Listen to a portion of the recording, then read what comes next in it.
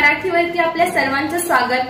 आपण पाहत आहात बिग टीव्ही मराठी। मी तृप्ती कदम। पाहूया आजच्या ठळक घडामोडी। बिळूर पंचायत समिती उमेदवारीसाठी जनसुराज्य शक्ती पक्षाचे पालकमंत्री चंद्रकांत दादा पाटील यांना साकडे। महायुतीतून बिळूर जागा जनसुराज्यला देण्याची मागणी।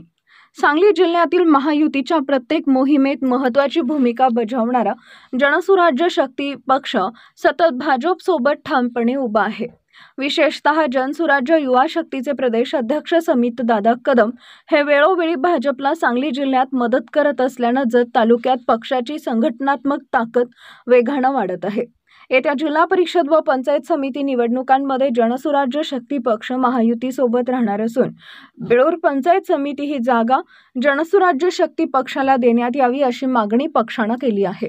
या गणातून जनसुराज्य शक्ती पक्षाचे जत तालुका अध्यक्ष बसवराज पाटील हे उमेदवार म्हणून इच्छुक असून कोणत्याही परिस्थितीत बिळूरची जागा जनसुराज्यलाच मिळावी म्हणून समित दादा कदम यांच्या माध्यमातून पालकमंत्री चंद्रकांत दादा पाटील यांना साकडे घालण्यात येणार असल्याचं तालुका अध्यक्ष बसवराज पाटील यांनी सांगितलं।